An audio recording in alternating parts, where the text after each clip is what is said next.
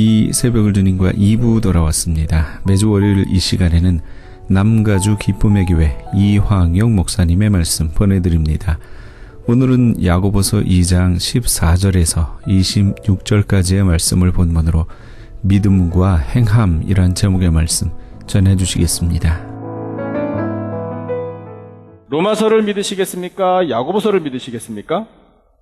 둘 다 믿으셔야 됩니다. 정답이 항상 나옵니다. 감사합니다. 둘 다 믿어야 합니다. 비록 모순되는 것 같지만 그래도 로마서도 성경이고 야고보서도 성경이니까 믿어야 합니다. 오해를 풀어드리겠습니다. 두 말씀은 상충되는 것이 아닙니다. 다시 한번 보십시오. 로마서에 있는 행위라는 것은 어떤 행위냐면 전제가 있습니다. 율법의 행위입니다. 로마서를 받아서 읽고 고침받아야 할 사람들이 누구였냐면, 나는 율법을 안다. 나는 율법을 어려서부터 다 지켰다. 나는 이 율법에 저촉되지 않는다. 나는 모세를 통해 주신 하나님의 법을 잘 지켜왔기 때문에 하나님께서 나를 의인이라고 여겨주신다. 그래서 나는 하나님 나라 들어가는데 아무 문제 없다. 예수님의 십자가 보혈 그런 건 나하고 상관이 없다. 라고 생각하는 사람들에게 주신 이 말씀이 바로 로마서입니다. 율법입니다. 율법. 로마서에서 강조한 것은 그 율법을 다 지켰다고, 이 법을 지켰기 때문에 나는 하나님 나라 들어간다 라고 생각하면서 예수님을 무시한 그런 사람들에게 주신 말씀입니다. 그러나 야고보서는 그것이 아니죠. 야고보서는 이런 사람들에게 주신 말씀인데, 나는 예수님을 믿노라. 나는 천국행 티켓을 땄노라. 그러므로 이제부터는 내 마음대로 살겠노라. 제멋대로. 이런 사람들에게 주신 말씀이 바로 야고보서입니다. 로마서에서 지적하는 그런 율법의 행위에 구원이 있다고 생각하는 것도, 또한 야고보서에서 말씀하신 나는 믿는다 하면서도 아무것도 안 하고 손가락도 까딱 안 하고 형제를 사랑하지 않는 그것도 모두 다 복음의 장애물, 우리가 구원 얻는 데 있어서 적들이다 라고 말씀하시는 겁니다. 반드시 물리쳐야 합니다. 성격이 다른 겁니다. 그러므로 로마서와 야고보서는 모순되는 말씀이 전혀 아닙니다. 그래서 정답입니다. 로마서도 믿어야 하고 야고보서도 믿어야 합니다. 그대로 행해야 할 줄로 믿습니다. 그러면 이 야고보서를 통해 그 형제를, 자매를 어려움 가운데 돕는 그 일과 함께 하나님께서 말씀하신 두 사람이 나오는데, 그 두 사람이 귀한 본보기가 된다라고 말씀하시니 그들에게 주셨던 그 믿음과 그 행함을 오늘 저에게도 주십시오라고 기도하는 것이 마땅하지 않겠습니까? 누구를 소개하시는가? 먼저 본문을 보면 아브라함을 소개하십니다. 21절, 22절 한번 같이 읽겠습니다. 21절, 22절 다 같이 시작. 우리 조상 아브라함이 그 아들 이삭을 제단에 바칠 때에 행함으로 의롭다 하심을 받은 것이 아니냐? 내가 보거니와 믿음이 그의 행함과 함께 일하고 행함으로 믿음이 온전하게 되었느니라. 아멘.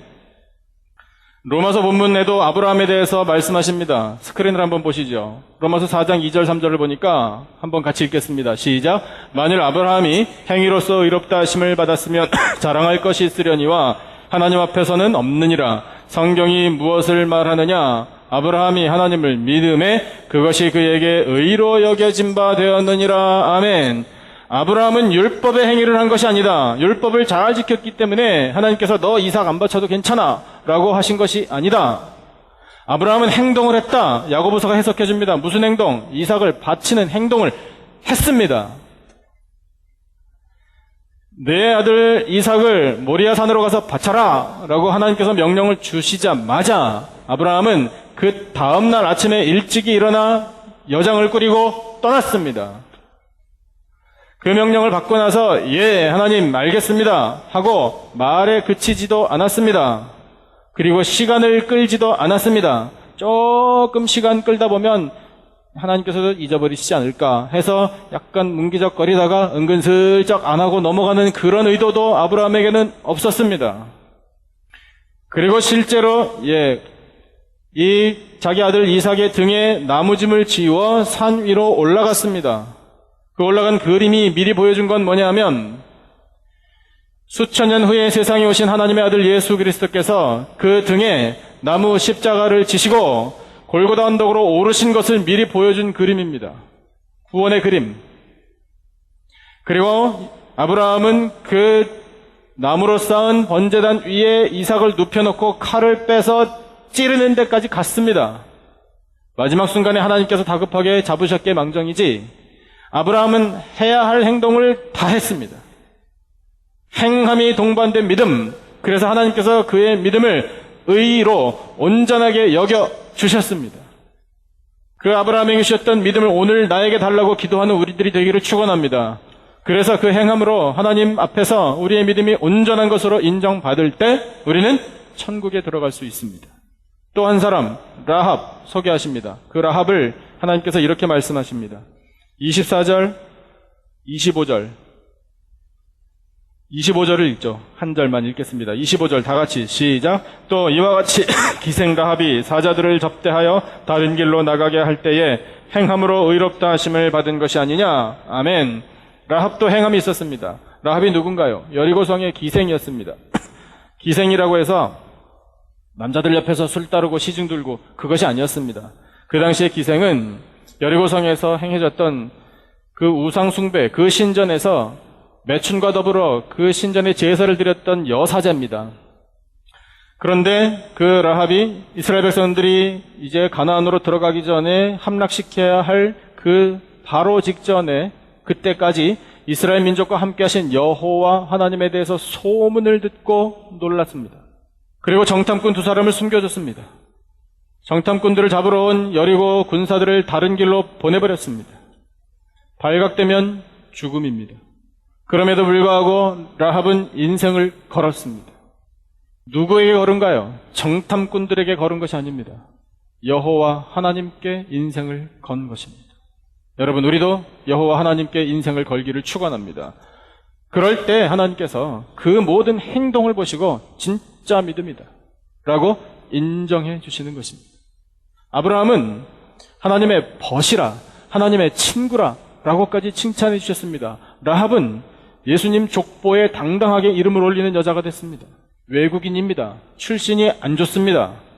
소위 말해서 세상 사람들이 더러운 여자라고 취급할 만한 사람이었습니다. 그럼에도 불구하고 메시아의 족보에 그 이름이 올라갈 만큼 하나님께서 존귀하게 그 영광 가운데 동참시켜주신 인생이 됐습니다. 다윗 왕의 고조 할머니 되었다는 사실은 다 기억하시겠죠. 오늘 주신 이 본문에 세 가지 행함을 말씀하십니다. 첫 번째는 다시 한번 기억해 보시죠. 형제와 자매, 필요할 때 도우라. 이거죠. 두 번째, 아브라함처럼 가장 귀한 것을 바치라. 라합처럼 하나님을 섬기는 데에 인생을 걸라. 이 세 가지를 말씀하시는데 하나님께서 이 세 가지 일을 동일선상에 놓고 똑같은 의미와 가치를 부여하십니다.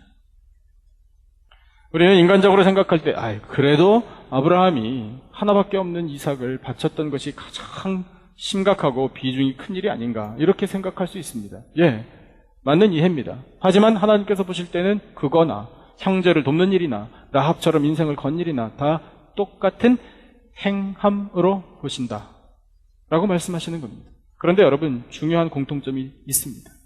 그 행함, 믿음의 행함 아닙니까? 믿음으로 형제를 돕는 것이고, 믿음으로 가장 귀한 것을 하나님께 바치는 것이고, 믿음으로 인생을 걸고 하나님을 섬기는 것인데, 그 믿음의 행함 가운데 들어있는 한 가지 아주 소중한 진리, 소중한 보물이 있습니다. 그 공통점이 뭐냐면 바로 하나님을 사랑한 것입니다. 스크린에 말씀이 있습니다. 형제자매를 필요할 때 돕는 것 하나님 사랑이라고 말씀하시는데 요한일서 4장 20절 같이 한번 읽겠습니다. 시작. 누구든지 하나님을 사랑하노라 하고 그 형제를 미워하면 이는 거짓말하는 자니 보는 바 그 형제를 사랑하지 아니하는 자는 보지 못하는 바 하나님을 사랑할 수 없느니라. 아멘. 눈에 보이는 형제를 사랑하는 것을 하나님 사랑하는 것으로 인정해 주겠다라는 하나님의 말씀입니다. 여러분, 이것이 일치하기를 진심으로 바랍니다. 하나님을 사랑하는 사람이 믿음의 행함, 형제 자매를 돕습니다. 두 번째, 아브라함. 어떻게 하나님을 사랑했나? 하나님께서 어떻게 평가하시나? 말씀을 한번 또 보시죠. 그 다음 말씀. 창세기 22장 12절 말씀 같이 읽겠습니다. 시작. 사자가 이르시되 그 아이에게 내 손을 대지 말라. 그에게 아무 일도 하지 말라. 내가 내 아들 내 독자까지도 내게 아끼지 아니하였으니 내가 이제야 내가 하나님을 경외하는 줄을 아노라. 아멘. 내 아들 내 독자까지도 내게 아끼지 아니하였으니. 아브라함에게 이삭은 세상 다 줘도 안 바꿀 귀한 존재 아니었겠습니까? 그런데 그 어떤 것보다 중요한 그 독자를 하나님께 드렸다는 건 하나님을 그만큼 사랑하고 경외한 것이었다라고 인정해 주신다고요. 여러분, 우리가 하나님을 사랑하는 마음이 거기까지 꼭 이르기를 축원합니다. 나에게 있어서 가장 소중한 것, 이건 절대로 양보 못한다라고 생각하는 바로 그것. 그것을 하나님 앞에 바칠 수 있는 그 하나님을 향한 진정한 사랑. 하나님께서 보실 때, 네 믿음은 온전해. 라고 인정해 주시는 겁니다. 라합. 말씀을 보겠습니다. 다음 말씀, 여호수아 2장 11절 같이 한번 읽겠습니다. 시작. 우리가 듣자 곧 마음이 녹았고 너희로 말미암아 사람이 정신을 잃었나니 너희의 하나님 여호와는 위로는 하늘에서도 아래로는 땅에서도 하나님이시니라. 아멘. 위를 보나 아래를 보나 하늘을 보나 땅을 보나 하나님 살아계신 분은 여호와 하나님 한 분뿐이다. 나는 지금 이 여리고성에서 우상을 섬기는 이 신전에서 제사는 여사제지만 이건 죽은 거다. 존재하지도 않는 이 우상을 섬기는 것, 이것은 헛된 것이다. 그 지난날의 과거를 완전히 청산하고 진정으로 살아계신 유일하신 하나님, 그 하나님께 내 인생을 건다. 그랬더니 여러분, 가족까지도 구원을 얻었다라는 사실이 성경에 기록되어 있지 않습니까? 하나님 하시는 일이 그 정도입니다. 하나님께서는 라합이 하는 행동들을 보시고 너는 나를 진심으로 사랑하는구나. 너뿐만이 아니라 가족까지도 구원해 줄게. 이것이 하나님께서 베풀어 주신 은혜입니다. 여러분, 하나님을 사랑했다라는 이 공통점을 꼭 기억하셔서 우리도 하나님을 사랑하는 믿음의 사람들이 되시기를 축원합니다. 아시안 암 환우회라는 단체가 있습니다. 들어보신 분도 계실지 모르겠습니다.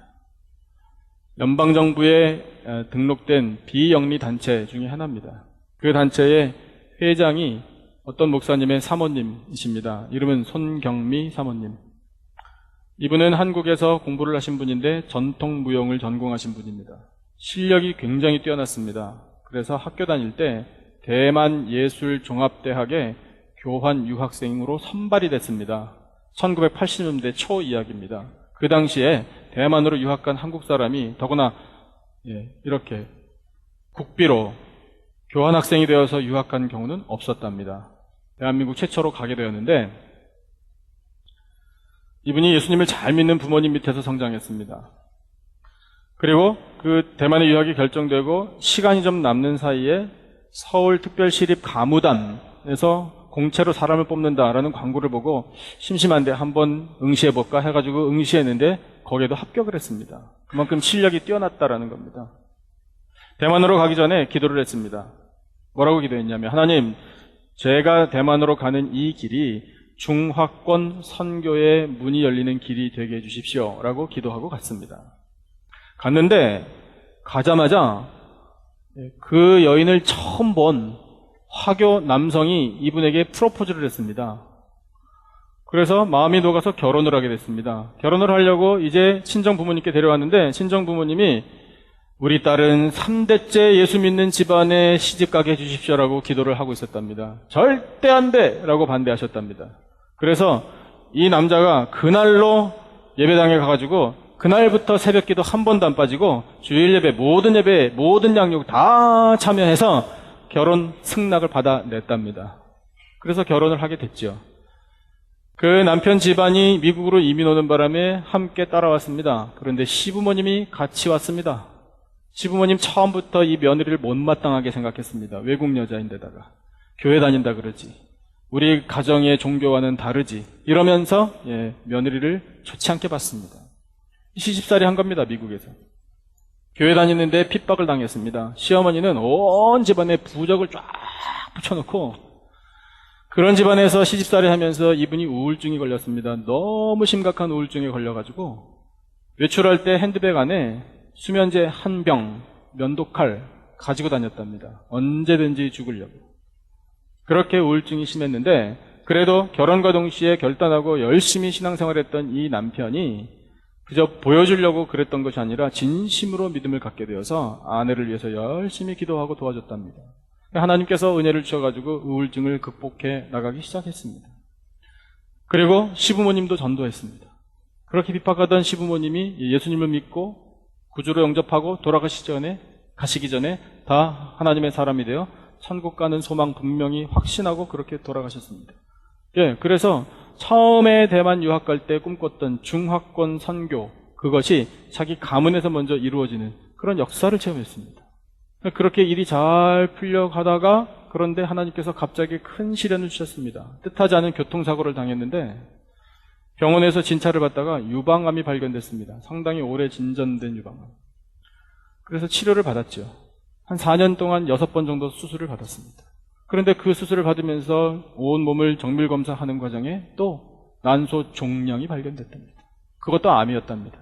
그래서 그것도 치료를 같이 병행하고 그렇게 정말 고생스러운 치료 기간이 오랜 동안 계속됐습니다. 근데 그런 과정 속에서 이분이 한 가지 느낀 것이 뭐냐면 자기가 아픈데 주변 사람들이 와서 말로 위로해주고 병 낫기를 위해서 기도해주고 하는 것들이 가슴에 와닿지가 않더래요. 그리고 병원에 가보니까 자기처럼 이렇게 뜻하지 않은 병, 특별히 암으로 인해서 고통당하는 사람이 너무 많다는 것이 느껴졌다는 거예요. 그런데 자기가 아픈데 그런 아픈 몸을 가지고 똑같은 병을 앓고 있는 사람에게 가서 위로의 한마디를 전해줬더니 이분들이 진정으로 위로를 얻는 것을 체험했습니다. 아픈 사람은 그렇게 느낀다고 그러더라고요.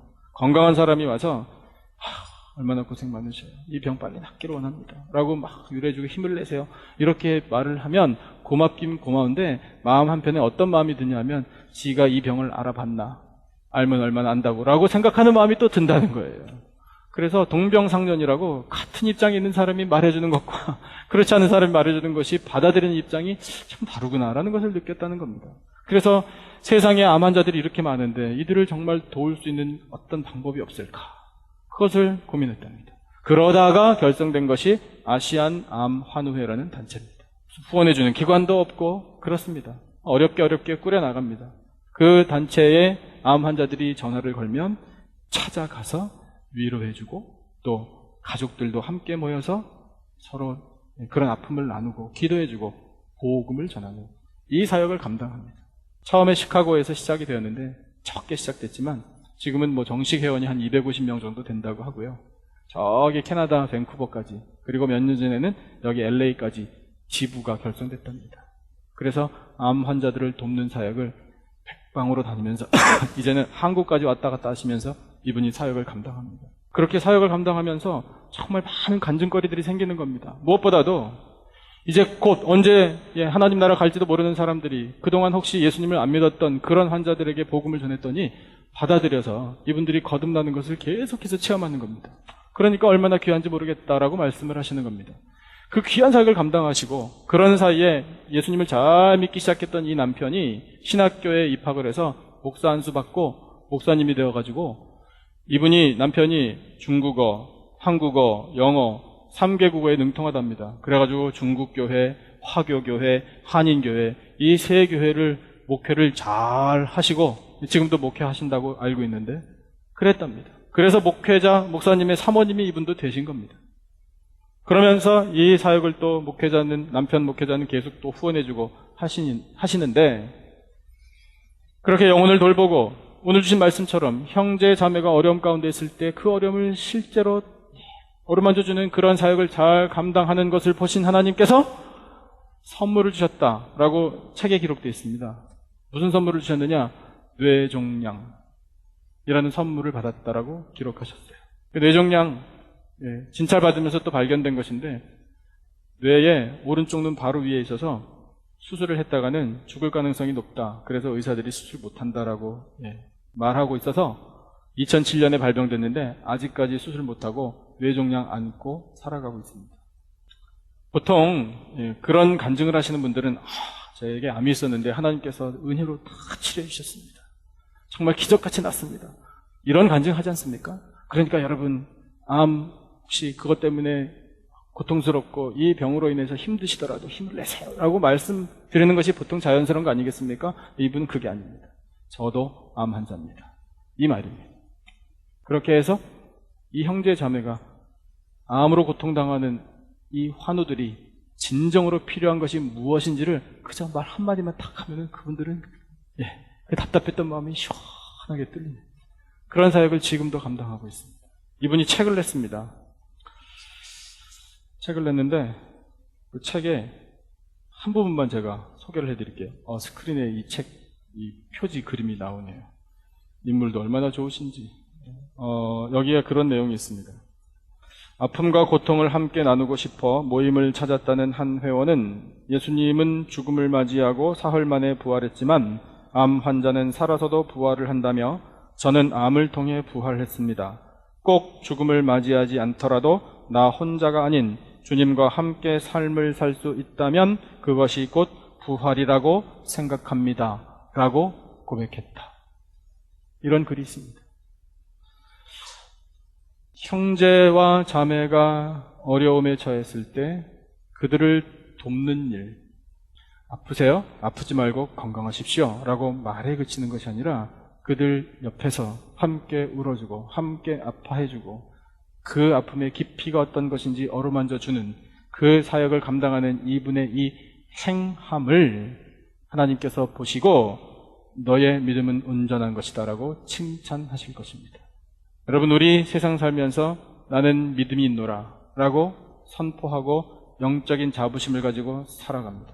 그런데 우리가 그 믿음을 가지고 오늘 도대체 무엇을 하면서 살고 있습니까? 여러분, 하나님께서 우리에게 거시는 기대가 있습니다. 그 기대가 바로 이것입니다. 형제 자매 그들이 도움을 필요로 할 때 도와주라. 그것이 믿음의 행함이다. 그렇게 될 때 온전한 믿음, 그것을 내가 인정해 주겠다. 그리고 천국으로 내가 너를 인도하겠다 라고 약속하십니다. 여러분, 이 주신 말씀을 통해 우리들의 믿음이 온전한 믿음이 되기를 축원합니다. 하나님을 진심으로 사랑하는 그런 믿음이 되기를 진심으로 축원합니다. 그래서 우리를 바라보신 하나님께서 우리를 보실 때 천국행이라고 선언해 주시고 그 천국에서 우리 다 같이 만나 우리 그때 그 말씀을 들었지, 그 말씀대로 살았더니 오늘 천국에 왔구만 라고 함께 만나서 인사하는 저와 여러분의 복된 인생 되기를 주님의 이름으로 축원합니다.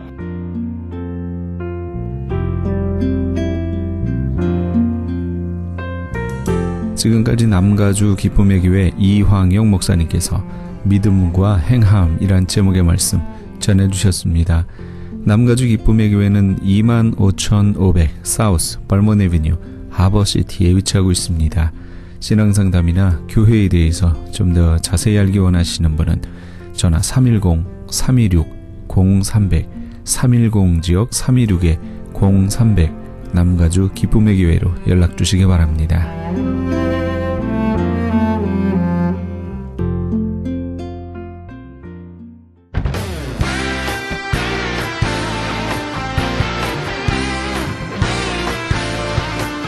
크리스천 헤럴드에서는 한민족 이민 110주년을 기념하여 2014 미주 한인 교계 연감을 편찬합니다.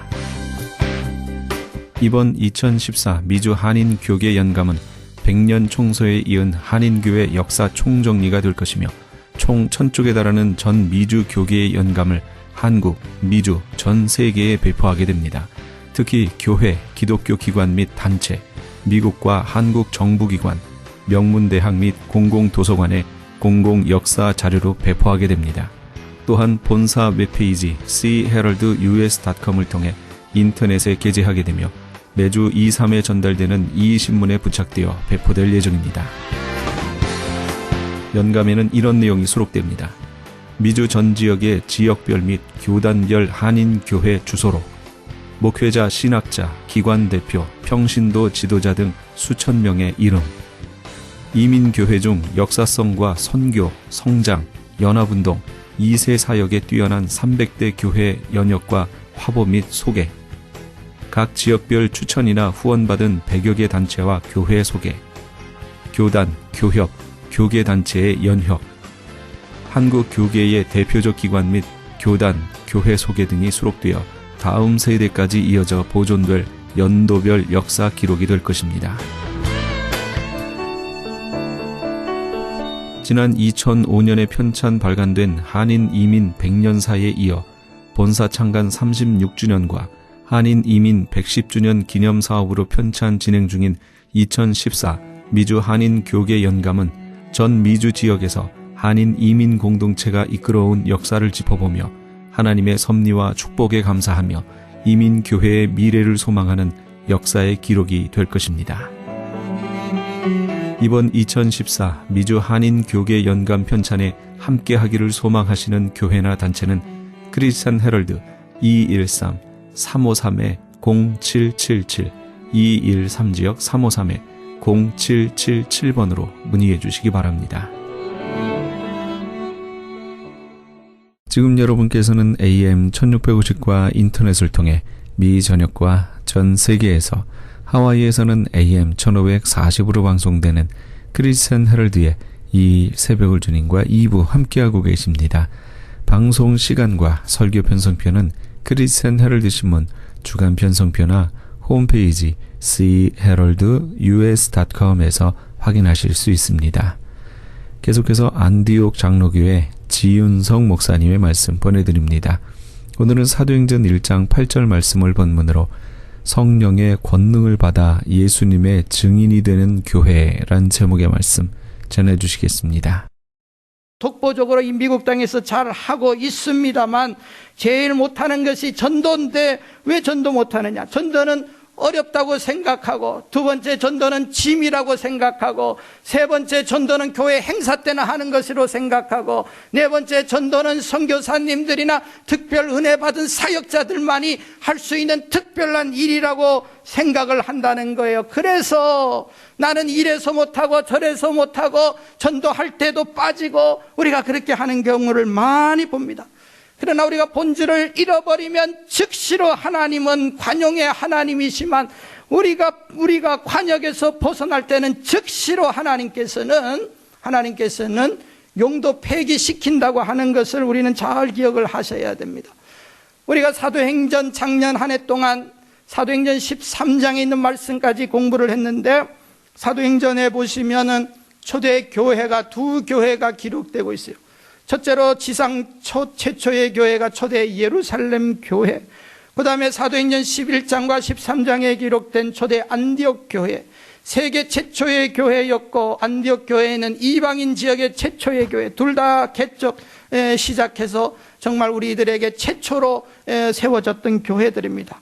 그런데 이 교회의 특징이 있었습니다. 예루살렘 교회는 초창기에 수만 명의 개척 멤버가 수만 명이었어요. 베드로의 설교에 의해서 3,000명, 5,000명으로 시작했고, 거기에 중요 인사들 재정과 물자와 모든 것이 풍부했고, 안디옥 교회는 이방인의 흩어진 지역에서 그 가난한 자들이 세웠던 교회이기 때문에 모든 것이 가난해졌어요. 그런데 안디옥 교회와 예루살렘 교회의 가장 큰 차이는 교회의 본질을 알고 복음을 전했느냐 안 전했느냐의 차이에 따라서 하나님께서 그 교회에 나아갈 방향과 그 교회의 장래를 결정하셨는데, 예루살렘 교회는 크게 시작했지만 용두사미가 돼서 나중에 다 허물어지고 나중에 없어져 버렸습니다. 와해돼 버렸습니다.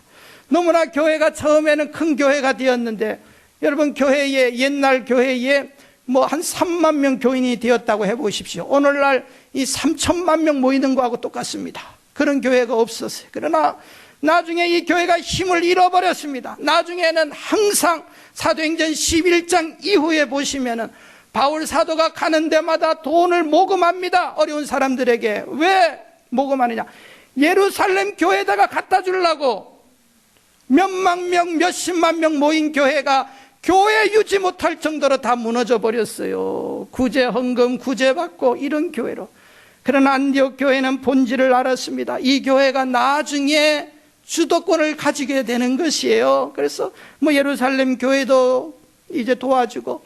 왜 이런 일이 시작됩니까? 자기가 어려울 때에 바울과 바나바를 따로 복음 증거자로 세워서 보내게 되는 거, 이 본질적인 일을 감당하니까 하나님이 이 촛대를 옮기시는 것을 보게 돼요. 한국 교회가 엄청난 축복을 받았습니다. 일본이 한국보다 수백 년 먼저 기독교를 받아들였지만 일본은 지금까지 이 종교적인 국가 기독교를 생각할 수가 없어요. 몇 프로 되지 않아요. 한국은 엄청나게, 특별히 우리 한국은 지금도 마찬가지지만은 과거에 이 사회나 또 사람들 마음속에 교회가 어떤 것이라고 하는 것을 이제 한국 사람들은 아주 도움을 많이 줬기 때문에 좋은 인상을 남겼어요. 그러나 언젠가부터 제가 이제 한국을 떠나고 와서 언젠가부터 교회가 이상하게 흘렀지만 한국 교회가 왜 복을 받았습니까? 특별히 한국 교회의 초창기는 한국 교회 역사는 곧 우리 장로교회의 역사인데 우리 한국 장로교가 세계 최고의 장로교가 됐어요. 한국 장로교인들은 한국 교인의 85%가 장로교인인데 세계 장로교인의 절반이 다 한국에 있다는 사실을 여러분들 아세요. 이 미국이나 유럽이나 우리 장로교인들이 그렇게 숫자적으로 이 보수 신앙을 견지하는 자들이 많지를 않습니다. 그러나 유독 한국에만 하나님이 복을 퍼 주었어요. 그래서 한국에는 장로교회가 이렇게 잘 되고 우리도 장로교회이고 왜 그런가 하면 이 장로교회가 생길 때부터 그저 복음을 증거하는 교회가 되었단 말이에요. 1907년도에 장로교회에서 최초로 7명의 목사님을 배출을 합니다. 최초의 목사님이 이제 배출이 돼서 노회가 생길 때 그 기념으로 이기풍 목사님을 제주도 선교사로 보내고 1909년도에는 최관울 목사님을 시베리아 블라디보스톡에 보내고 한석진 목사님을 일본 동경에 1910년도에 김영재 목사를 북간도에 1912년도에 우리 대한예수교 이제 조선예수교 장로회가 창립이 됩니다. 생겨나는데 그 기념으로 세 분의 선교사를 박태로, 사병순, 김영은 이거 선교사로 파송, 이 교회 역사입니다. 이거 다 애워야 돼요. 강도사 고시, 장로 고시 보는 자들은 이 교회 역사이기 때문에 다 애워야 돼. 이런 사람들이 이름까지. 우리가 이것을 볼 때 뭐 할 수 있는가 하면은 기념될 만한 일들을 통하여서 장로교회는 선교사를 외국으로 파송을 하는 거예요. 타 문화권에 보내요. 그럴 때 하나님께서 이 장로교 세계에서 유례가 찾을 수 없을 정도로 한국의 장로교회를 부흥시켰어요. 여러분 그걸 아셔야 돼요. 여러분 그것입니다. 바로 본질이 바로 거기에 있다는 거예요. 우리 교회도 무엇을 해야 되느냐? 복음을 증거하는 교회가 될 때에 하나님이 복을 나리워 주시고 부어 주시고 이게 바로 교회의 본질이고 우리의 사명이라고 하는 것을 여러분들 기억을 하세요. 제가 2004년부터 이 교회에 담임 목사로 있으면서 제 나름대로 한 10여 년 정도의 이 사역을 한번 되돌아볼 때에 우리 교회도 큰 고비도 있었지만 또 성장을 하기도 하고 했었는데 하나님께서 주시는 그 패턴을 제가 볼 수가 있었어요. 무슨 패턴을 볼 수가 있냐? 꼭 우리가 복음을 증거하면 하나님이 그 다음에 축복을 주시는 것을 여러분들 우리가 그것을 볼 수가 있었어요. 제가 이야기를 드릴게요. 그냥 그 당시에는 우리가 그냥 그렇게 했지만 2006년도에 우리 교회가 처음으로 탄자니아의 안명찬 선교사님 파송을 했습니다. 선교사로서. 그 당시에 갔을 때에 우리가 여러 가지 자동차 이런 비용들 상당히 굉장히 많이 들었어요. 처음이기 때문에. 그런데 그 다음에 2006년도에 봤는데 그 다음 해에 우리 교회 1월달, 2월달부터 교회 리모델링을 시작했는데 리모델링 제가 선언을 했습니다. 무슨 작정 헌금 이런 거 필요 없고 한 번에 다 우리 헌금한다 그랬어요. 그때 10만 불 넘는 헌금을 하나님께서 여러분들 지금 우리 교회에 어느 교회에 10만 불 넘는 헌금을 한 주 만에 낼 수 있도록 하시지 않아요, 여러분. 하나님의 축복으로 그 다음 해에 2008년도에 우리 교회는 탄자니아 지역에서 있는 한인교회 중에 제일 큰 교회를 거기다 설립을 했어요. 사진에 보면 500명 들어가는 우리 본당보다 4배 큰 교회가 설립되고 그해 9월에 우리 교회는 2분의 선교사님을 또 파송을 했습니다. 그런데 그 다음 해에 2009년도에 우리 교회가 저 앞에 주택을 구입을 하게 돼 있어요. 내가 가만히 생각해 보니까 그런 일이 벌어지면 꼭 그런 일이 일어나는 좋은 일들이 그 다음에 우리가 작년에 우리 에집트의 김신숙 선교사님을 파송했고 이제 한 해가 됐어요. 올해 가만히 보니까 하나님이 올해 무엇으로 채워주실까 이런 생각을 내 말이 거짓말인 것 같아요. 왜 인상 쓰고 나를 쳐다봐요? 거짓말 아니에요, 여러분. 교회 양력을 보세요. 그런데 좀 한 가지 내 마음에 좀 꺼림직한 거는 최삼일 선교사님이 고만도 사임을 해서 그 대타로 김신숙 선교사님이 들어가서 하나님이 이거를 기쁘게 받으실까 안 받으실까 내가 고민이에요 지금. 무슨 말씀인지 아시겠어요? 그러니까 안전하게 하기 위해서 뭐 해야 돼요? 오래 보내시면 돼. 우리 선교부장님께서 아멘 하셨으니까 되는 거예요.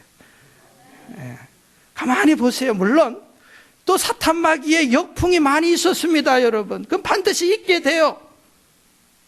마귀가 가만히 있지도 않지만은 역풍도 불어요. 그러나 그거 다 이겨나가고 여러분들 하나님께서 복을 주시게 되는 거예요. 우리가 뭐 한국의 역사나 뭐 우리가 선교적인 면에서 봐도 보면은 그 면에서 제가 지금 이야기를 드리는 거예요. 물론 우리들의 뭐 기도와 뭐 여러 가지로 또 뭐 여러 가지로 있을 때 해석을 한쪽 선교적인 복음 증거의 면을 볼 때 하나님은 이걸 기뻐하시는 일이라고 하는 것을 우리가 꼭 기억을 하셔야 돼요. 우리가 복음을 증거할 때에 어떤 결과들이 일어난다고 여러분 생각하십니까?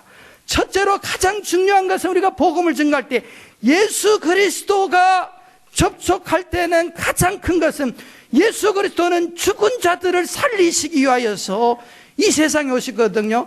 나는 부활이요 생명이니 나를 믿는 자는 죽어도 살겠고 살아서 믿는 자는 영원히 죽지 아니하리라 하셨는데요. 반드시 예수 그리스도의 전도라고 하는 건 예수 그리스도가 나가고 알려지는 거기 때문에 살아나는 거예요. 요한복음 10장 10절에서 내가 도적이 오는 것은 도적질하고 죽이고 멸망, 사탄 마귀의 세계는 언제나 죽이고 멸망하고 안 되지만 복음은 예수 그리스도가 하기 때문에 내가 온 것은 양으로 생명을 얻게 하고 또 풍성하게 얻는다. 이 말씀은 우리가 잘 기억을 하셔야 돼요. 왜 전도 복음 해야 되느냐? 전도하면 첫째로 유익되는 것은 전도하는 내가 사는 거예요. 내가 여러분 교회 신앙생활 하다가 봉사 안 하고 일 안 하는 사람 믿음 잘하는 거 봤습니까? 절대 믿음 안 자라요. 여러분 교회에서 헌신하고 충성하고 뭐 힘들어도 막 열심히 뛰어야지 믿음이 막 쑥쑥 자라는 것이지, 아무 봉사 안 하면 10년 20년 돼도 자기 믿음 하나 간수 못합니다. 그런 걸 소위 말해서 믿음 잃어버렸다는 거예요. 왜 잃어버렸습니까? 봉사 안 하기 때문에. 전도가 왜 귀합니까? 전도라고 하는 것은 봉사보다 더 귀한 거예요. 예수 그리스도의 이름을 가지고 나아가서 그냥 전도합니까? 예수 믿으면 복 받으세요, 잘 됩니다. 예수 믿고 하면서 우리가 그 복음을 증거하면서 예수 그리스도를 전하고 또 그냥 갑니까? 가기 전에 또 하나님 앞에 또 그 사람을 위해서 그 영혼을 위해서 기도하고 복음을 선포하는데 어디 감히 사탄 마귀가 누구에게 옵니까? 안방 차린 자들에게만 시험 주는 것이 하나님 앞에서 이렇게 선언하고 복을 비는 자들에게 어떻게 마귀가 와서 침략하고 시험에 빠뜨립니까? 마귀는 얼씬도 못 되는 거예요.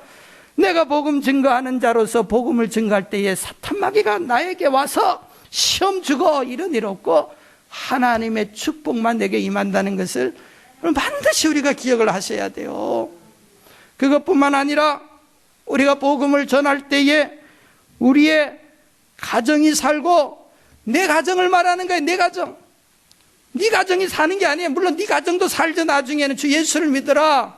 그러면 너와 네 가정이 산다고도 바울은 말씀하셨지만 첫째로 내 가정이 살아요.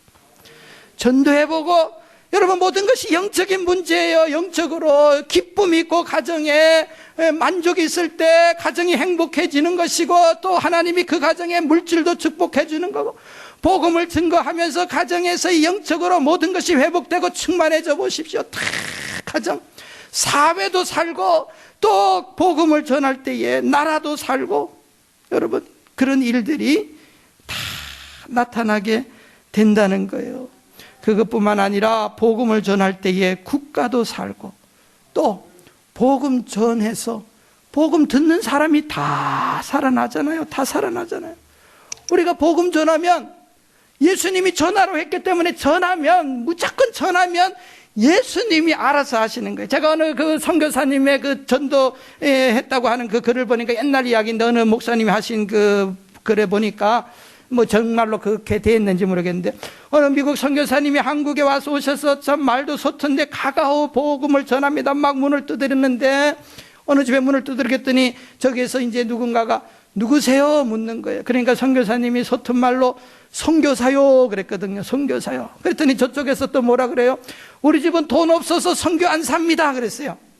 선교가 뭔 말인지도 모르고 그냥 뭐 그런 거예요. 귀찮으니까. 그랬더니 선교사님이 아이고 이 집은 공짜로 주면 뭐 얼른 받아갔구나 싶어서 막 두들기면서 공짜요 공짜 오늘은, 그래갖고 그분이 공짜 그러면서 문을 여시는 거예요. 그랬더니 선교사님이 딱 보니까 주머니에서 사탕 하나 딱 주고 예수 그리스도의 내가 구원을 공짜로 드리겠습니다 하면서 구원의 진리의 말씀, 구원, 옛날에는 1원, 2원이 얼마나 큰 돈이에요. 10원보다 적지만 구원 해가지고 복음을 전해서 접촉점을 가지니까 하나님께서 지혜를 주시는 거예요. 안 하니까 누구든지 예수의 복음을 전하면 나도 살지만 너도 사는 거예요. 그 윈윈 전법이 바로 여기에 있는 거예요.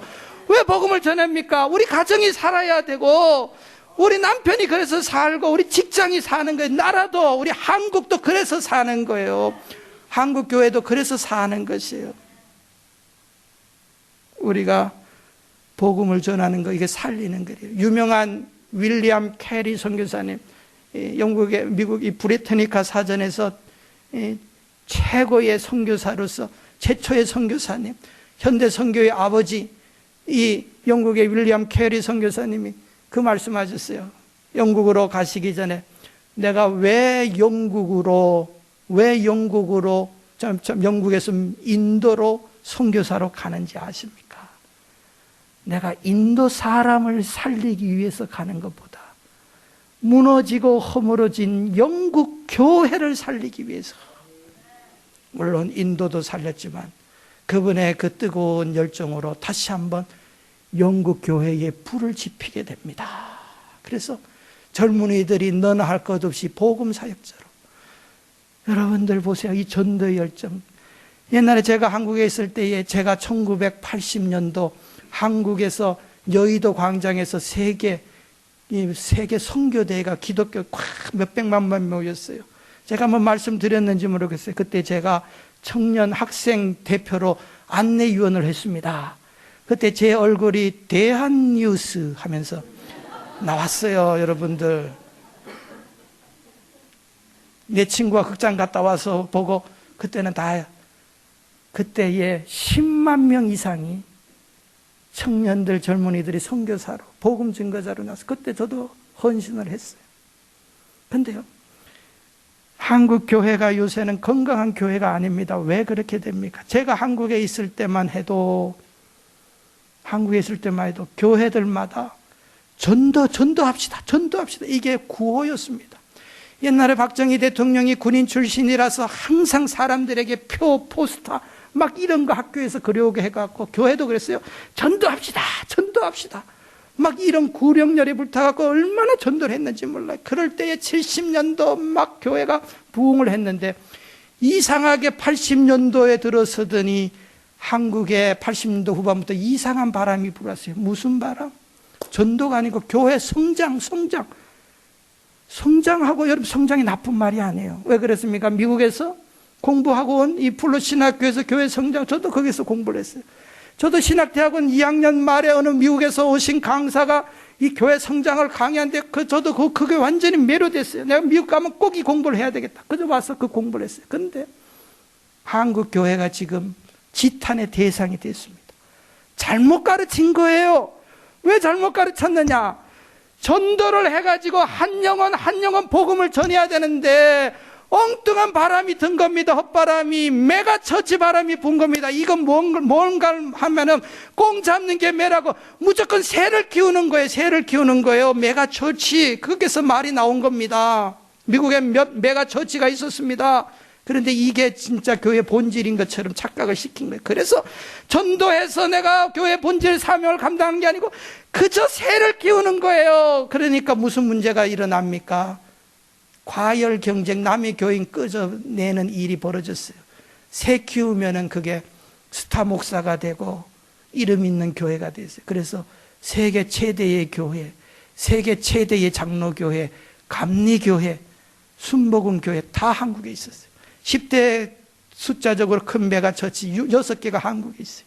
그런데 문제는 뭔가 하면 전체적으로 성도들의 숫자가, 제가 있을 때 800에서 제가 신학대학원 다닐 때는 1000만이라 그랬고, 제가 미국에 오니까 1200만 성도라 그랬는데 어느 날부터 숫자가 줄어들기 시작을 하더니 지금에는 600만이라 그러고, 우리 교단만 해도 해마다 숫자들이 줄어듭니다. 그런데 해마다 메가처치는 한두 개씩 생겨나요. 부흥하는 것 같지만 본질적인 교회 숫자, 성도의 숫자는 다 줄어드는 거예요. 왜 그렇습니까? 복음을 전하지 않고 큰 메가처치만 꿈꾼 거예요. 물론 저도 마찬가지예요. 얼마나 이상하게 제가 혀를 차고 기현상이 있었는가 하면, 제가 한 2년 동안 저는 서울에서 살다가 경기도 어느 조그만 도시에 산 적이 있었는데, 거기 어느 목사님 오더니 막 그냥 광고하고 돈을 뿌리기 시작을 하면서 교회를 개척하는데, 그게 전체 인구가 7만 명 살았는데 목사님의 10년 후에 교회 표가 12만 명의 자기 교회 숫자가. 이미 거기에는 오래된 도시라서 교회가 한 50개 정도 있었어요. 그건 무슨 말이에요? 그 교회 다 50개는 다 잡아먹어야 돼. 하나님이 기뻐하지 않아요. 이게 건강한 교회 아닙니다. 한국 교회가 지금 이 바람 뜬 거예요. 다시 돌아가야 돼요. 전도운동으로. 전도해야 돼요. 개인 전도해서 한 영혼. 그래서 가장 목사해 보라면 뭡니까? 한 분이 회개하고 돌아와서 예수 믿고 세례 주고, 얼마나 그것은 하나님 앞에서 영광이 되고 그게 기쁨이 되는지 몰라. 이 운동으로 다시 돌아가야지. 다시 한국 교회 다시 회복하고 한국 사람들이 다시 교회를 인정할 것이에요. 여러분, 우리가 그것을 우리가 이 한 해에 우리가 시작을 해야 된다는 거예요. 우리가 이 일을 하면은 물론 시간이 많이 가서 또 비디오 잠깐 시청을 해야 되기 때문에 할 말은 더 많이 있지만, 제 자신도 거의 자유로운 사람은 아니에요. 그런데 우리가 하나님께서, 이건 복음이 아니에요. 로마서 15장 20절에 바울은 말합니다. 또 내가 그리스도의 이름을 부르는 곳에는 복음을, 바울도 안전하는 곳이 있다는 거예요. 남의 터 위에는. 이것은 하나님이 기뻐하는 교회들 아니에요. 반드시 지탄을 받게 돼 있어요. 내가 전도해가지고 내가 양육해서 새 사람 만들고, 우리는 다시 한번 이제 이것을 교회의 본질로 알고 힘써야 됩니다. 힘써야. 정 내가 안 될 것 같으면 아예 없는 세계 복음을 위해서, 복음화를 위해서 우리가 또 그런 데 관심을 가지고, 그렇게 될 때에 세 가지 축복을 약속하셨습니다. 전도하면 첫째로 하나님이 내 육신의 피로 다 채워줍니다. 다 채워주는 거. 디모데전서 5장 18절, 율법을 지금 바울이 다시 대생입니다. 일꾼이 재 먹는 것, 그 싹을 받는 것이 당연하다. 이것은 법으로 정해놨어요. 일하는 소에게 입에 망 씌우지 말라 그랬어요. 곡식 일하면서 한두 개 주워 먹는 것, 그거 아까워서 망 씌워가지고 소가 지쳐서 쓰러지게 만드는 어리석은 인생, 그 빗대는데, 복음 사역자는 반드시 그 싹스를 하나님이 공급해 주는 거예요. 마태복음 10장 9절, 예수님께서 보내면서 파송하면서 네가 여행을 위해서 전대에 금이나 은이나 뭐 양식 가지고 가지 말고 네가 복음 전했으면 거기서 그 사람한테 얻어먹으래. 주는 게 당연하다는 거예요. 우리가 복음을 받았기 때문에 당연히 우리는 그 받은 거 줘야 되고요. 또 줄 수 있는 사람이 되는 것을 기뻐해야 돼요. 선교사님들이 거기서 일합니까? 노동합니까? 저는 연말부터 수백 통의 이메일을 받았고, 직간접적으로 아는 분들 전화 뭐 해가지고 도와달라는 요청을 지금까지 받고 있어요. 지금까지. 어느 선교사님이 저에게 그 말씀을 하셨어요. 목사님, 선교사는 소모품입니다. 우리에게 바라지 마세요. 무조건 주세요. 그런 이기적인 말이 어디 있습니까? 그러나 그 말이 맞아요. 그 말이 맞아요, 여러분. 하나님 앞에서 우리 받을 보상 생각하지, 그 사람들에게 우리 받을 거 기대할 거 없어요. 우리는 그 할도리를 하면 된다는 거예요. 또한 그것뿐만 아니라 전도자에게는 능력도 주십니다. 누가복음 9장 1절 이하에 예수님께서 70인의 전도대 파송하시고 12제자들 보내시고 하실 때에 말씀하셨어요. 내가 그냥 보내는 거 아니단 말이야. 모든 이 족속으로 네가 나아갈 때에 거기 구석구석에 자리 잡고 있는 사탄 마귀도 네가 이길 수 있도록, 모든 병든 자도 고칠 수 있도록 내가 다 능력 주고 너희들 보내니 가라는 겁니다. 내가 할 테니까 가라. 순종하는 자들 예수님께서 다 능력 주시는 거예요. 세 번째로, 전도하면은 이 세상이 줄 수 없는 기쁨도 누리게 되고 하늘나라의 상급도 쌓이고 이 땅에서 말할 수 없는 큰 영광 하나님이 주시는 거예요. 하나님이 반드시. 다니엘서 12장 3절, 지혜 있는 자는 궁청의 빛과 같이 빛날 것이요 많은 사람을 옳은 대로 인도하는, 돌아오게 하는 자는 별과 같이 영원토록 비추리라.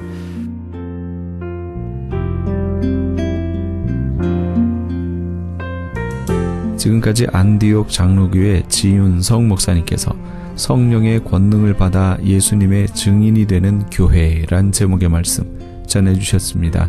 안디옥 장로교회는 2720 몬트로즈 에비뉴 몬트로즈에 위치하고 있습니다. 신앙상담이나 교회에 대해서 좀 더 자세히 알기 원하시는 분은 전화 818-249-2871 818지역 249-2871 안디옥 장로교회로 연락 주시기 바랍니다.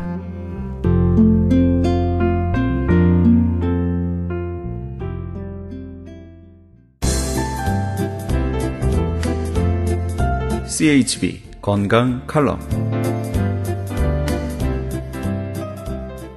안녕하세요. 건강 칼럼 73번째 시간입니다. 삼다일소, 다음, 반요, 다시 많이 먹고 마시며 소변도 많이 보며 체중은 감소한다. 한방에서는 소갈이라고 하는 당뇨병 이야기입니다. 현대인에게서 가장 중요한 만성 질병으로 꼽히고 있는 당뇨병은 인슐린 작용이 부족으로 만성 고혈당증이 되어서 신체에 여러 가지 이상을 수반하는 질환입니다. 혈당이란 우리가 섭취한 음식물에서 공급되는 포도당으로 일종의 연료 역할을 하는 에너지이고, 인슐린이란 높아지는 혈당을 조절하는 물질입니다. 인슐린이 그 기능을 제대로 발휘하지 못하면 몸속의 에너지, 특히 당분이 잘 이용되지 않거나 쌓여서 충분한 영양분이 있는데도 불구하고 소변으로 배출되어서 세포가 영양실조에 걸린다는 것입니다. 정상인은 먹는 음식물에 의하여 혈당이 높아지면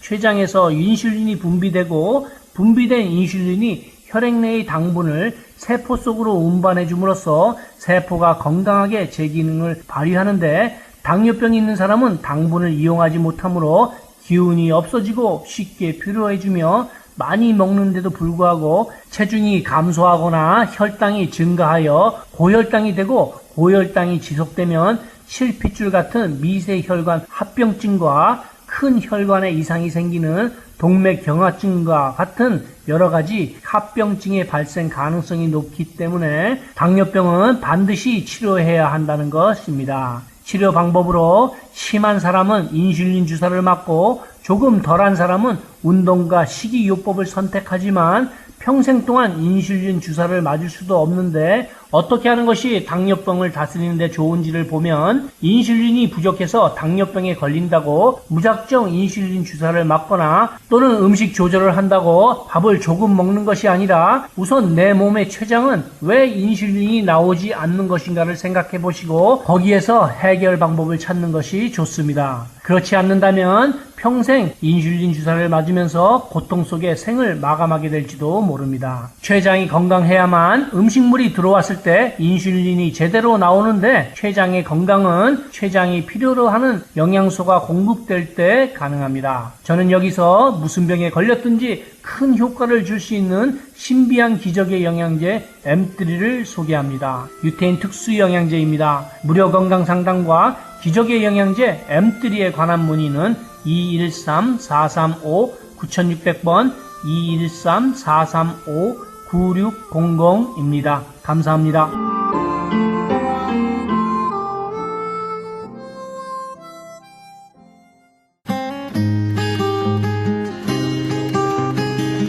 교계 게시판.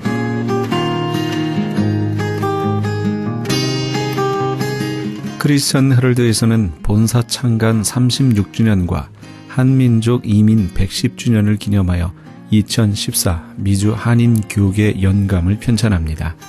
이번 2014 미주 한인 교계 연감은 2005년에 편찬 발간된 한인 이민 100년 총소에 이은 한인 교회 역사 총정리가 될 것이며, 교회, 기독교 기관 및 단체, 미국과 한국 정부기관, 명문대학 및 공공도서관에 공공역사 자료로 배포하게 됩니다. 2014 미주 한인 교계 연감은 전 미주 지역에서 한인 이민 공동체가 이끌어온 역사를 짚어보며 하나님의 섭리와 축복에 감사하며 이민교회의 미래를 소망하는 역사의 기록이 될 것입니다. 이번 2014 미주 한인 교계 연감 편찬에 함께하기를 소망하시는 교회나 단체는 크리스찬 헤럴드 신문을 참조하시거나 본사 전화 353-0777 213지역 353-0777번으로 문의해 주시기 바랍니다. 크리스천 헤럴드 미션 콰이어에서 오긴걸 교수 초청 음악 세미나를 엽니다. 이번 세미나는 발성의 명불허전이란 책의 저자인 오긴걸 교수가 직접 인도해주는 세미나입니다. 총 6회에 걸친 세미나를 통해 기본적인 발성법 강의에서부터 실제적인 공개 레슨 및 합창 리허설까지 합창음악에 관심 있는 모든 분들의 다양한 필요를 채워줄 것을 약속합니다. 크리스천 헤럴드 콰이어에서 새해를 맞이하여 준비한 이번 세미나를 통해 여러분들이 하고 계시는 각종 찬양 사역에 많은 변화를 주게 될 것을 확신합니다. 참가비는 크리스천 헤럴드 콰이어 단원은 40불, 비단원은 50불이며 오긴걸 교수가 쓴 발성의 명불허전이란 책을 드립니다. 날짜는 1월 13일 월요일부터 2월 17일 월요일까지 6주간 매주 월요일 오후 7시 반에서 9시까지 있게 됩니다. 6시 반에는 간단한 저녁 식사가 준비되어 있으니 저녁을 못하신 분들은 오셔서 간단하게 해결하실 수 있습니다. 장소는 LA의 520 사우스 라파에테 파크 플레이스 건물 5층에 있는 크리스천 헤럴드며 차일드 케어 준비가 되어 있으니 아이들과 함께 오셔도 됩니다. 좀 더 자세한 문의는 213-353-0777 213지역 353-0777번으로 해주시기 바랍니다. 교계 게시판에 대한 좀 더 자세한 사항은 크리스천 헤럴드 신문 교계 소식란을 참조하시기 바랍니다.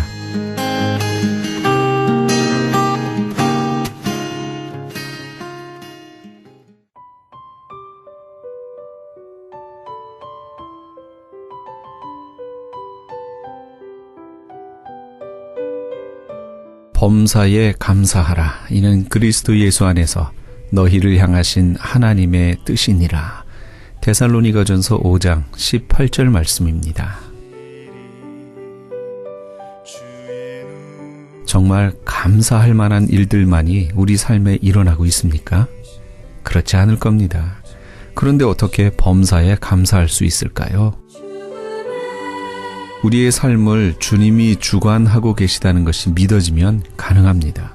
설령 지금 당장 보기에는 감사할 수 없을 것 같은 일들이 우리에게 벌어질지라도 그때마다 이 말씀을 떠올려 보시기 바랍니다. 네 열조도 알지 못하던 만나를 광야에서 네게 먹이셨나니 이는 다 너를 낮추시며 너를 시험하사 마침내 네게 복을 주려 하심이었느니라. 신명기 8장 16절 말씀 말이죠. 마침내 우리에게 복을 주시려고 지금 일어나는 모든 것들을 허락하셨다는 겁니다. 범사에 감사하심으로 마침내 복을 받으시는 우리 애청자 여러분 다 되시기 바랍니다. 이 프로그램은 먹는 음이온 TM 포뮬러를 취급하는 효과좋기로 소문난 내처 영양제 센터와 이민법을 전문으로 하는 김한주 변호사 사무실에서 도움 주셨습니다. 지금까지 크리스천 헤럴드 방송에서 보내드린 이 새벽을 주님과의 정영철이었습니다. 고맙습니다.